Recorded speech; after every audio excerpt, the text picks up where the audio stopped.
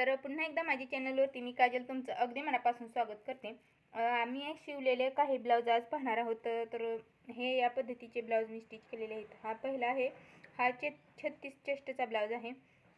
या पद्धतीने कटोरी ब्लाऊज आणि याचे स्लीव जे आहेत त्या 6 इंचाचे आहेत. तर कटोरी ब्लाऊजसाठी 36 साईज जर असेल तर आपण शोल्डर हा 5.5 इंच घ्यायचा आहे आणि त्यातला म्हणजे हाफ शोल्डर आहे तो 3 इंच घ्यायचा आहे आणि गळ्यासाठी 2.5 इंच ठेवायचा आहे. या पद्धतीने माप घेतलं तर तुमचा ब्लाऊज परफेक्ट बसतो. आणि जो मुंडा आहे तो 6 इंच घ्यायचा आहे 36 साईजसाठी. तर हा आपला 36 साईजचा ब्लाऊज आहे.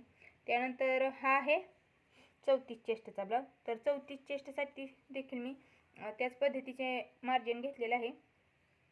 3 इंचाचा शोल्डर, 2.5 इंचाचा गळा रुंदी आणि 5.5 इंचाचा मुंडा घेतलेला आहे. तर या पद्धतीने हा आहे 34 चेस्टचा ब्लाऊज.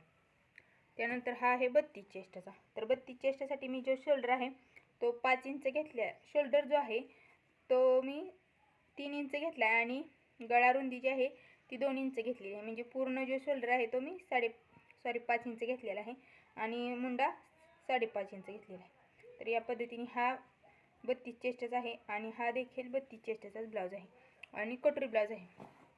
तर हे व्हिडिओ माझे तुम्हाला कसे वाटले हे मला कमेंट करून नक्की सांगा. आणि असेच नवीन नवीन व्हिडिओ पाहण्यासाठी माझ्या चॅनलला देखील नक्की सबस्क्राईब करा. आणि त्याचबरोबर मी इथे जो पायपिंग, बऱ्याच मैत्रिणींना पायपिंग जमत नाही, तर त्यासाठी मी या पद्धतीने ही फोल्डिंगचं हे केलेलं आहे, पायपिंग विदाऊट पायपिंगचं. तर याचा देखील व्हिडिओ आपल्या चॅनलवरती अपलोड केलेला आहे, तो देखील जाऊन नक्की बघा. याचा तुम्हाला खूप सारा फायदा होणार आहे. पुन्हा भेटूयात अशाच एका नवीन व्हिडिओमध्ये. तोपर्यंत बाय.